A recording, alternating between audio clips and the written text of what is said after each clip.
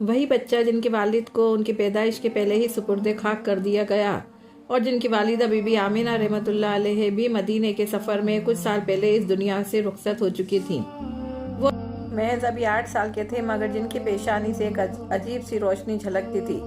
حضرت عبد المطلب اپنے پوتے صلی اللہ علیہ وسلم کو بار بار اپنے پاس بلا لیتے تھے، کبھی ان کے سر پر ہاتھ رکھتے، کبھی انہیں اپنے سینے سے لگاتے، کبھی دھیمی آواز میں کہتے یہ بچہ کچھ الگ ہی ہے، یہ عام بچہ نہیں ہے۔ پھر انہوں نے اپنے بیٹوں کی طرف دیکھا، ہونٹ تھر تھرا رہے تھے۔ میری بات دھیان سے سن لو، اس بچے کی حفاظت اب تمہاری سب سے بڑی ذمہ داری ہے اور میں یہ امانت اپنے بیٹے ابو طالب کو سونپتا ہوں۔ یہ سنتے ہی حضرت ابو طالب کی آنکھوں سے آنسو بہنے لگے۔ وہ تنگ حالی میں زندگی گزارتے تھے، مال و دولت زیادہ نہیں تھی، مگر دل بہت بڑا تھا۔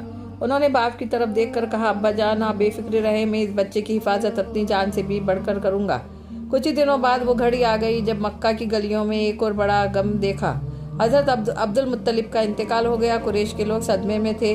8 سال کے محمد صلی اللہ علیہ وسلم پہلے والدہ اب دادا کا سایہ بھی اٹھ چکا تھا۔ آنکھوں سے آنسو بہہ رہے تھے، مگر چہرے پر عجیب سا صبر تھا۔ کوئی اور بچہ ہوتا تو بلک پڑتا، مگر آپ خاموشی سے آسمان کی طرف دیکھ رہے تھے، جیسے وہیں سے دل کو تسلی مل رہی ہو۔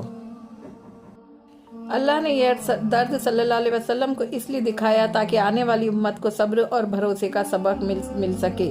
ابو طالب نے اس دن سے محمد صلی اللہ علیہ وسلم کو اپنے گھر میں ایسے رکھا جیسے اولاد کو رکھتے ہیں۔ گھر چھوٹا تھا، کھانے میں اکثر کمی رہتی تھی، مگر جب بھی محمد صلی اللہ علیہ وسلم ساتھ بیٹھتے تھے برکت اتر آتی تھی۔ یعنی ایک واقعہ بہت مشہور ہے، ایک دن گھر میں بس تھوڑا سا کھانا بنا تھا، اتنا کہ بس 2-3 لوگ ہی کھا سکے۔ بی بی نے کہا آج تو بچے بھوکے رہ جائیں گے، مگر حضرت ابو طالب نے محمد صلی اللہ علیہ وسلم کو پاس بٹھایا اور کہا بیٹا تم بھی ہمارے ساتھ کھاؤ۔ جیسے ہی آپ نے بسم اللہ پڑھ کر کھانا شروع کیا، کھانے میں برکت بڑھتی چلی گئی، سارے گھر والے بھی کھا گئے اور تھالی میں پھر بھی کھانا باقی تھا۔ بی بی حیرانی سے بولتی ہیں یہ کیا کرشمہ ہے۔